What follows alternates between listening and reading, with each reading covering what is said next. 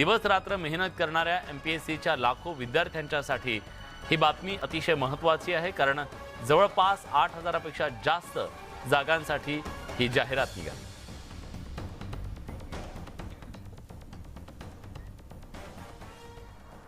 यानंतर आपण थेट दिल्लीला जातोय। दिल्लीमध्ये निवडणूक आयोगाच्या समोर जी सुनावणी होते तिथे कपिल सिब्बल पोहोचलेले नव्हते, पण आता जी माहिती समोर येते त्यानुसार कपिल सिब्बल हे आता निवडणूक आयोगातल्या या सुनावणीला पोहोचलेले आहेत आणि सुनावणी सुद्धा सुरू झालेली आहे। त्यामुळे निवडणूक आयोगाच्या सुनावणीकडे संपूर्ण देशाचं लक्ष आहे। शिवसेना नेमकी कुणाची, ठाकरेंची की शिंदेंची, याच्याबद्दलचा फैसला या सुनावणीच्या नंतर कदाचित होऊ शकतो, पण ही सुनावणी किती तास चालते आणि या सगळ्याबद्दल आजच निर्णय येतो का हे पाहणं महत्त्वाचं असेल। पण आजचा हा दिवस, आजची ही सुनावणी अतिशय महत्त्वाची आहे, कारण गेल्या काही दिवसांमध्ये ज्या प्रकारे निवडणूक आयोगाच्या समोर दोन्ही पक्षांकडून जी विविध कागदपत्र सादर करण्यात आली, दावे प्रतिदावे करण्यात आले, दोन्ही बाजूंनी आपणच खरी शिवसेना असल्याचं सांगण्यात आलं, त्याच्याबद्दलचे काही पुरावे सुद्धा देण्यात आले।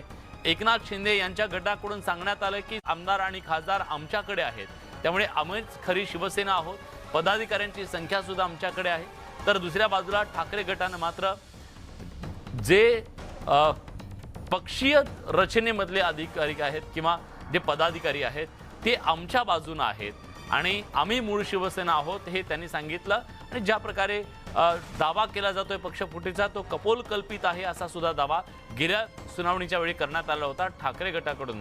प्रशांत लीला रामदास आपले दिल्लीचे प्रतिनिधी आपल्याशी थेट जोडले गेलेले आहेत। आपण थेट आता निवडणूक आयोगामध्ये जाऊया, जाणून घेऊया काय नेमकं सुरू आहे।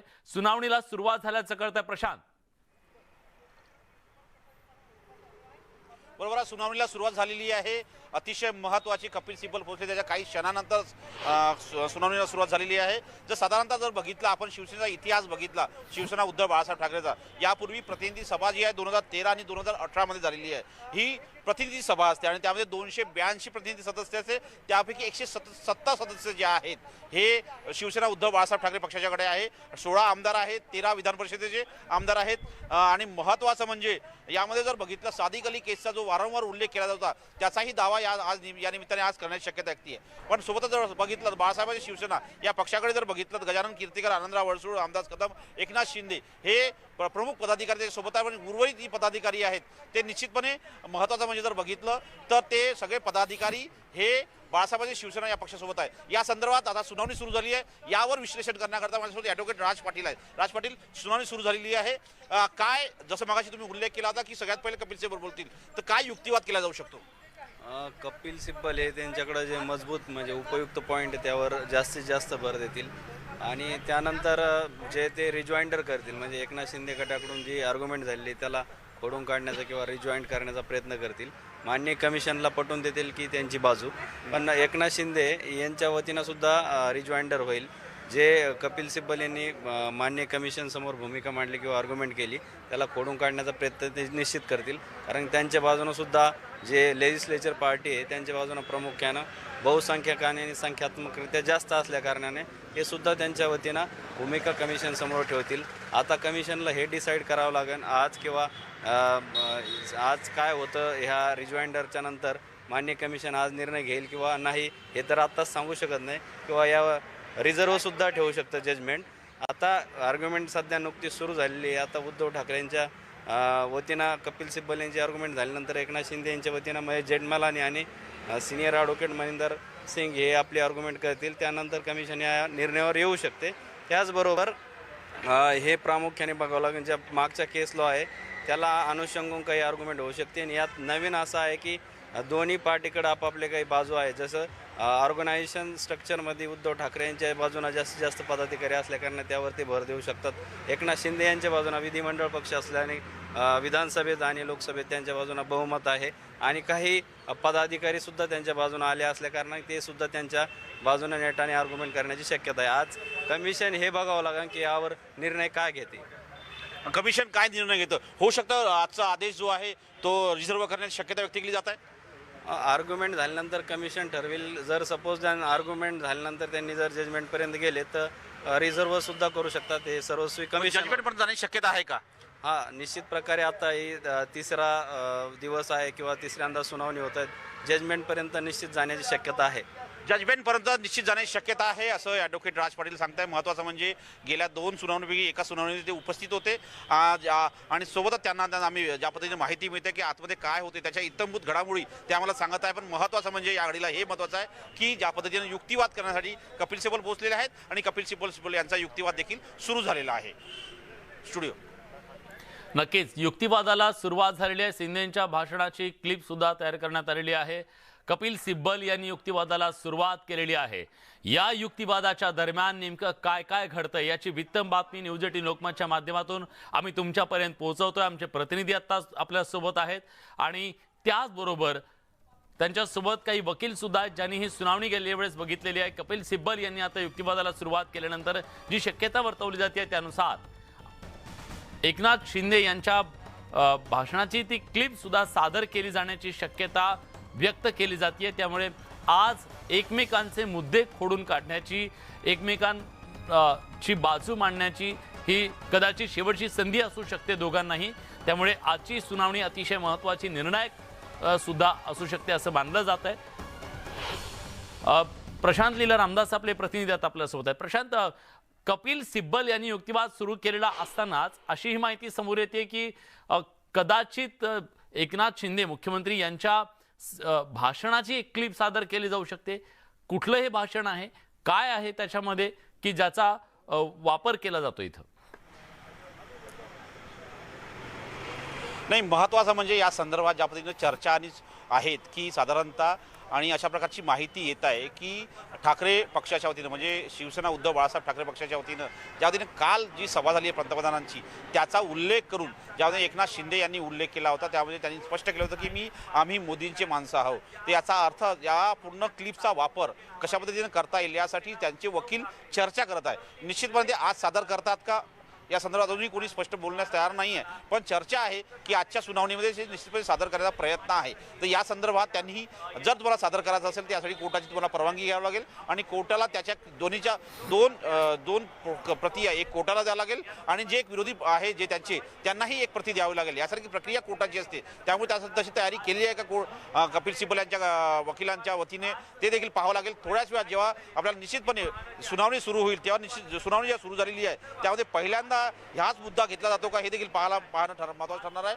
कारण की बाजू मांडण्यासाठी विविध प्रकारचे अजून उल्लेख करायचे. कारण की ज्या पद्धतीनं मागच्या वेळेस बेकायदेशीर आणि बोगस हा शब्द वापरला आला होता उद्धव ठाकरे ज्यांच्या शिवसेनेच्या संदर्भात, त्यामुळे शिवसेना उद्धव ठाकरे पक्षाच्या वतीनं तो बेकायदी आणि बोगस हा संपूर्ण प्रकार कसा खोडून काढता येईल सगळ्यात प्रथम तो मुद्दा आहे. कारण की त्यांनी थेट घटनेवरती प्रश्नचिन्ह उपस्थित केले होते. शिवसेना उद्धव बाळासाहेब ठाकरे यांच्या घटनेवर प्रश्नचिन्ह उपस्थित केल्यामुळे तो पहिला सगळ्यात मोठा आहे तो उपस्थित खोडून काढायचा आहे. त्यासाठी कपिल सिब्बल यांच्या वतीने घटना जे तयार करण्यात आली आहे शिवसेना उद्धव बाळासाहेब ठाकरे पक्षाच्या वतीने जे पूर्वीची शिवसेना आहे आणि त्याला कशी मान्यता देण्यात आली होती केंद्रीय निवडणूक आयोगाच्या वतीनं त्यासाठी कसे आम्ही कागदपत्र दिलेले आहे, कशा प्रो फॉर्मामध्ये आम्ही सगळे माहिती दिलेली आहे, कशा पद्धतीने आम्ही AB फॉर्म एकनाथ शिंदे आणि त्यांच्या आमदारांना दिलेले आहे. या सगळ्या संदर्भातले उल्लेख आणि प्राथमिक सदस्य असल्याचे प्रतिज्ञापत्र जे एकनाथ शिंदेंचं आहे ते देखील आज सादर करण्यात येणार आहे.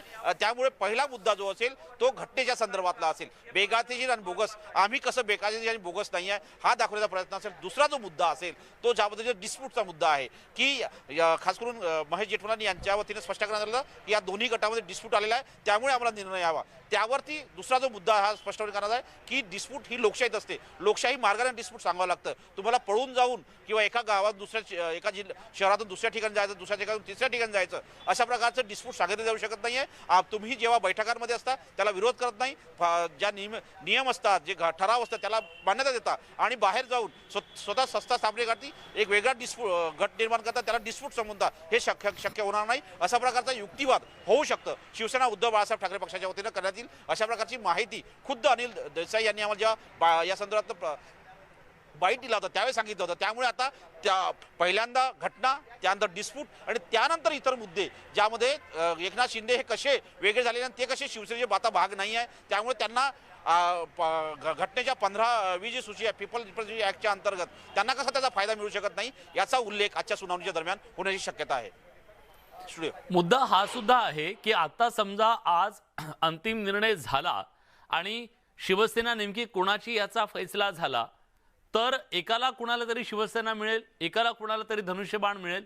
मग जे दोन पक्ष स्थापन झालेले होते ते टेम्पररी आहेत की तेच नाव त्यांना धारण करावं लागेल, ते चिन्ह? कारण आता दोघांचंही नाव वेगवेगळं आहे, दोघांचेही चिन्ह वेगवेगळे आहेत.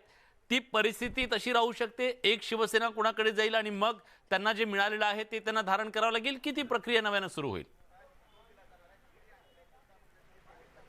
नाही, महत्वाचं म्हणजे समजा या संदर्भात निर्णय आला तर यामध्ये खरी शिवसेना कोण आहे हे ठरल्यानंतर शिवसेनेचं नाव मिळेल. कारण की नावावरती वाद आहे. चिन्हा संदर्भात यापूर्वीचे जर आपण सुनावण्या बघितल्या तर अनेकदा जे चिन्ह असतं निवडणुकी चिन्ह ते फ्रीज केलं जातं आणि फ्रीज केल्यामुळे त्यामुळे होऊ शकतं की फ्रीज केल्यामुळे त्यावर संदर्भात नवीन चिन्ह संदर्भात. पण आपण जर बघितलं गेल्यावेळी जे मशाल आणि ढाल तलवार हे चिन्ह देण्यात आलं होतं हे अंधेरी पोटनिवडणुकीच्या संदर्भात देण्यात आलं होतं आणि तो आदेश जो होता तो अंतरिम आदेश होता, अंतिम निर्णय नव्हता. त्यामुळे जोपर्यंत अंतिम निर्णय येणार नाही म्हणजे शिवसेनेचा अंतिम निर्णय येईल, शिवसेना नाव कोणाला द्यायचं, धनुष्यबाण कोणाला द्यायचं, ते चिन्ह फ्रीज करायचं का तो अंतरिम आदेशात चिन्ह फ्रीज करण्यात आलेलं आहे. त्यामुळे दोन्ही गटाला दिला जाणार होऊ शकतं हे दोन्ही चिन्ह जाऊन नवीन चिन्ह येण्यासाठी तुम्हाला शिवसेना नाव मिळायची गरज आहे आणि शिवसेनेला पुन्हा एकदा दावा करावा लागेल की धनुष्यबाण आमचं कसं आहे आणि त्यानंतर त्यांना ते धनुष्यबाण मिळण्याची शक्यता आहे. अशा प्रकारची कोर्टाची प्रक्रिया असते.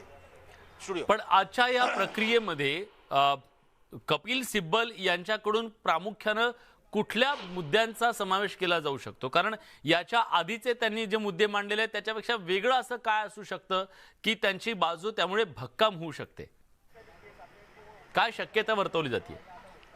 एक तर जसं मी घटनेचा उल्लेख केला होता विलास, तो त्या घटनेसंदर्भात अनेक महत्वाचे मुद्दे ते मांडतील. दुसरा जो मुद्दा आहे तो डिस्प्यूटचा मुद्दा आहे. त्या डिस्प्यूटच्या संदर्भात हे कसं डिस्प्यूट नाही आहे हे समजून सांगण्याचा प्रयत्न होईल. तिसरा जो मुद्दा आहे हा गट कसा वेगळा झाला आणि या गटाला आता वेगळी मान्यता द्यायला हवी होती पण ती नाही दिलेली आहे. कोणाच्या तरी दबावापोटी राजकारण केलं जात आहे आणि त्यामुळे खरं शिवसेनेला ज्या पद्धतीनं नुकसान होतंय त्या नुकसान भरून काढण्याकरता आम्ही केंद्रीय निवडणूक आयोगाकडे आलो आणि आमचा तो अधिकार आहे, तो आम्ही अधिकार मागतोय, आम्ही न्याय मागतोय, अशा प्रकारचा युक्तिवाद केला जाऊ शकतो. तिसरा जो मुद्दा आहे साधारणतः जे पदाधिकाऱ्यांच्या संदर्भात अनेक घोडचुक्या ज्या केलेल्या आहेत खास करून बाळासाहेब शिवसेना पक्षाच्या वतीनं, त्या घोडचूक कशा पक्षाच्या खास करून कोर्टाच्या निर्देशात आणून दिला जाईल आणि हे लोक कसे आमच्याकडे जिल्हा प्रमुख होते त्यांना कसं उपनेते बनवून आलं, जे उपप्रमुख होते त्यांना कसं जिल्हा प्रमुख बनवून आलं, त्यांचे प्रतिज्ञापत्र सादर केले जाईल आणि सोबतच ते प्राथमिक सदस्य जे साधारणतः एक प्रक्रिया असते.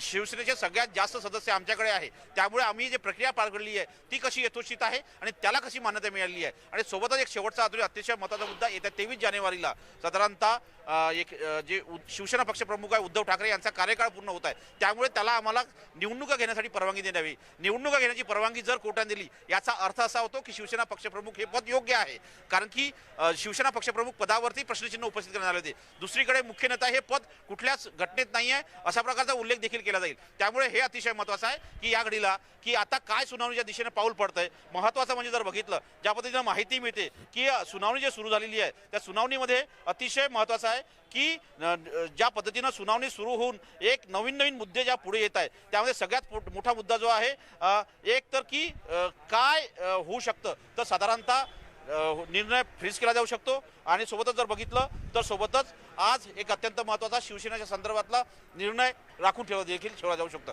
स्टुडिओ निर्णय राखून